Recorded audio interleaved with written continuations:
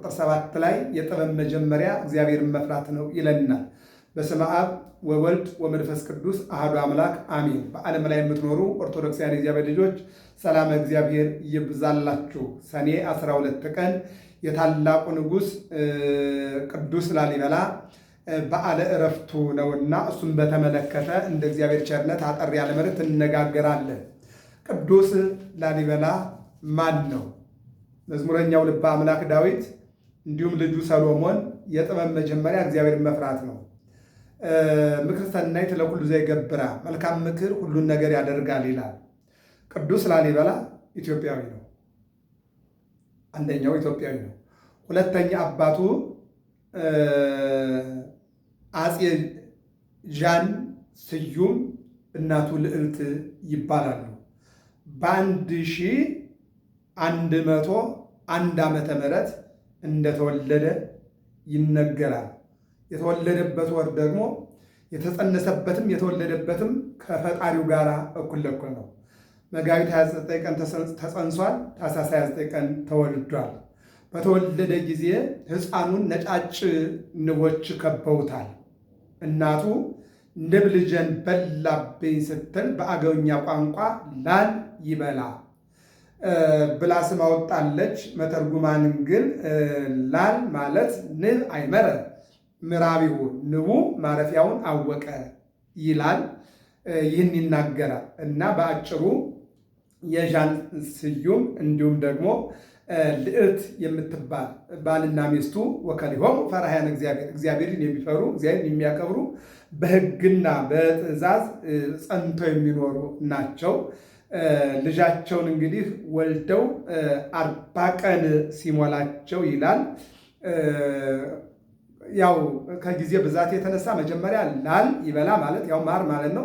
በኋላ ግን ላሊበላ አሁን እኛ በምንጠራው ስም ተጠርቷል ማለት ነው። 40 ቀን ሲሆነው እነሆ ካህናት፣ ዲያቆናት፣ ሊቃውንት፣ መምህራን አንድ ላይ ሆነው በብዙ ሺህ ካህናትና ሰራዊት ታጅቦ አፄ ካሌብ ባሰሯት ማይ ማርያም ቤተ ክርስቲያን ስርዓተ ጥምቀቱ ተፈጽሞ ስመ ክርስትናው ገብረ መስቀል ተባለ ይለናል።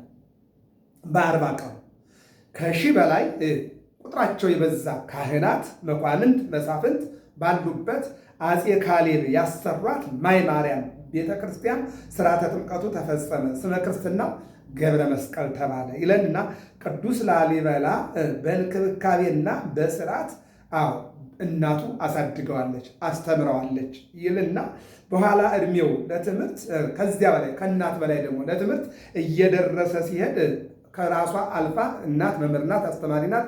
እንደገና ደግሞ መምህር ቀጠረችና በመምህር እንዲማር አድርገዋለች። ከቤቷ አምጥታ መምህር በመምህር እንዲማር አድርገዋለች ማለት ነው። ከፊደል እስከ ዳዊት ድረስ ተምሯል ይላል። ከዚህ በኋላ እንግዲህ እያደገ ሲሄድ ወደ ተለያዩ ሀገራት ሄዶ ቅኔውን፣ ብሉያቱን፣ አዲሳቱን፣ ሊቃውንቱን፣ መነኮሳቱን ሁሉንም ነገር ተምሯል። ያልተማረው ነገር የለም። እንግዲህ ታሪክ ያው ብዙ ነገር ያመጣል። እያደገ ሲሄድ ያው ከትምህርት ቤት ተመልሶ በዚያው በሮሃ ገብረ ማርያም እንግዲህ ያው ወንድሙ ነው፣ ንጉሱ ማለት ነው፣ የወቅቱ ንጉስ ነው።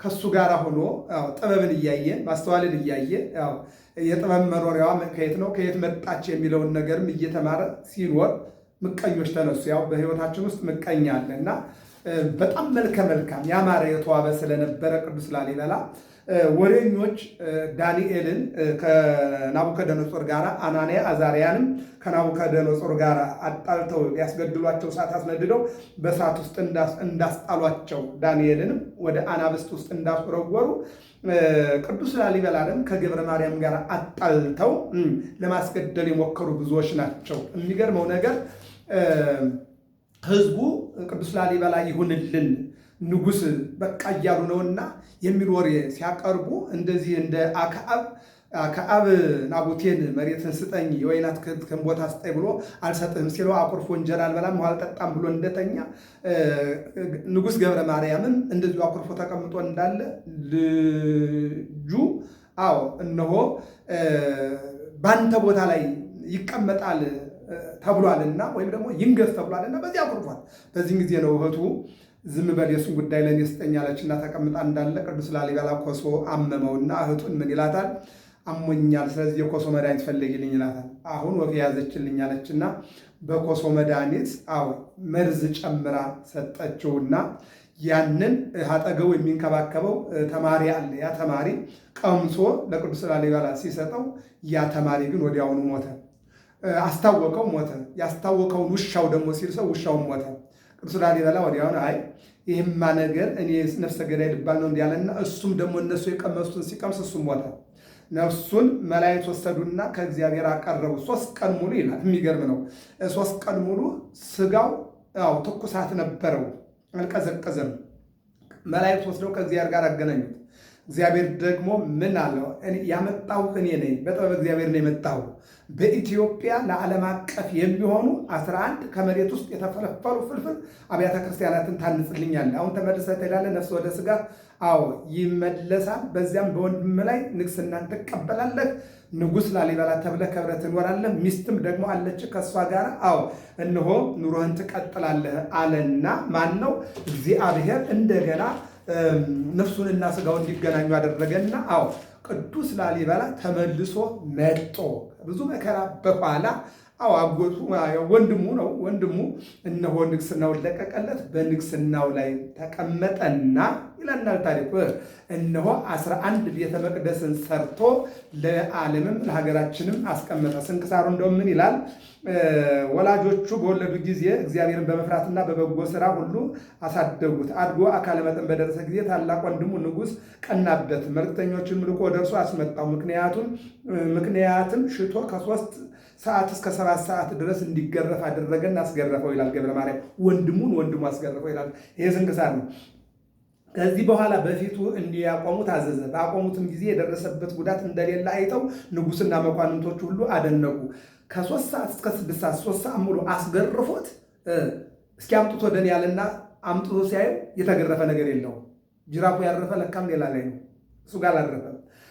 መኳንንቱ ሁሉ አደነቁ። የእግዚአብሔርን መልአክ ከግርፋት ማነው? ቅዱስ ሚካኤል። ይሄ ነው እንግዲህ ቅዱስ ሚካኤል ከግርፋት ሰውሮታልና ማለት ነው።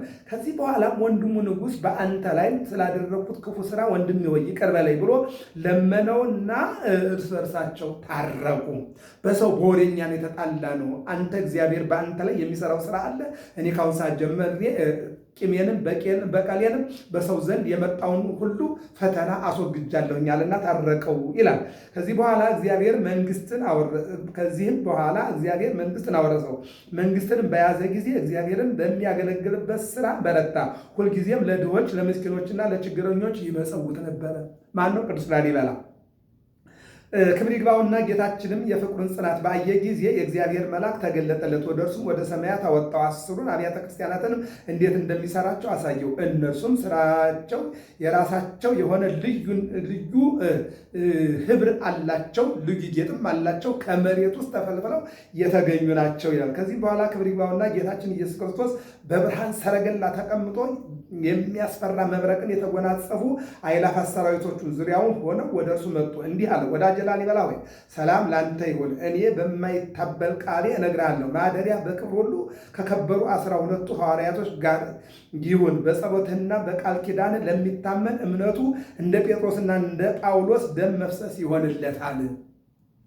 በአንተ ጸሎት የሚታመን ያንተን ጻድቅነት፣ ያንተን የእግዚአብሔር ሰውነት፣ ያንተን ፈሪሃ እግዚአብሔር የሚታመን ሰው እንደ ጴጥሮስ እንደ ጳውሎስ ደም ይሆንለታል። ወደ ቤተ መቅደስን የሄደ በኢየሩሳሌም ወዳለው ቤተ መቅደስ እንደሄደ ይሆንለታል። ትልቁ ነጥብ ነው። ወደ አንተ ሮሃ፣ ላስታ፣ ላሊበላ 11 ፍልፍል ውቅር አብያተ ክርስቲያናት ወዳሉበት ሄዶ የተሳለመ ሁሉ ኢየሩሳሌም ሄዶ እንደተሳለመ አደርግለታለሁኝ። በአንተ የታመነና ሁሉን ነገር ያደረገ እንደ ጴጥሮስ ጳውሎስ ደማቸውን እንዳፈሰሱ እንዲሆንለት አደርጋለሁ ብሎ ቃል ኪዳን ገባለት ይለናል። ይህን ይልና ቤተ መቅደሶቹ አንደኛ ቤተ መድኃኔዓለም፣ ሁለተኛ ቤተ ማርያም፣ ሶስተኛ ቤተ መስቀል፣ አራተኛ ቤተ ደናግል፣ አምስተኛ ቤተ ጎልጎታ፣ ስድስተኛ ቤተ ጊዮርጊስ፣ ሰባተኛ ቤተ ገብርኤል፣ ስምንተኛ ቤተ መርቆሪዎስ፣ ዘጠነኛ ቤተ አማኑኤል፣ 10ኛ ቤተ ሊባኖስ፣ 11ኛ ቤተ ሚካኤል። እነዚህ 11 ፍልፍል አብያተ ክርስቲያናትን ሰርቶ አንጾ አረም እንደምን አድርጎ ሰራው ለመጥረቢያው እንኳን ጌታ የለው ብለዋል። ናው እንደምን አድርጎ ሰራው ሞት ህንፃ ላሊበላ ሁሌ እንግዳ ነው ብሏል። ባለቀኔውም ደግሞ ሁልጊዜ ብርቅዬ ስናየው የማይጠገም ማለት ነውና በቃ እንደተሳለመ ይሆንለታል።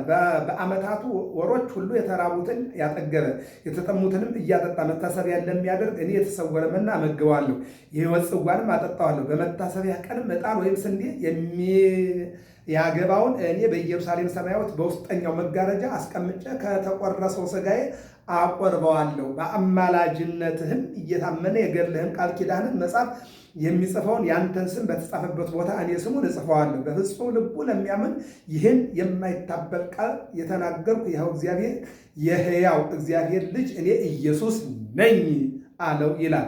ላሊበላም ይህን ቃል ኪዳን ስላጸናለት ክብር ይግባውና ጌታችንን እያመሰገነ በምድር ላይ ወድቆ ሰገደ። ጌታችንም ሰላምታ ሰጥቶት በክብርና በምስጋና ወደ ሰማይ አረገ።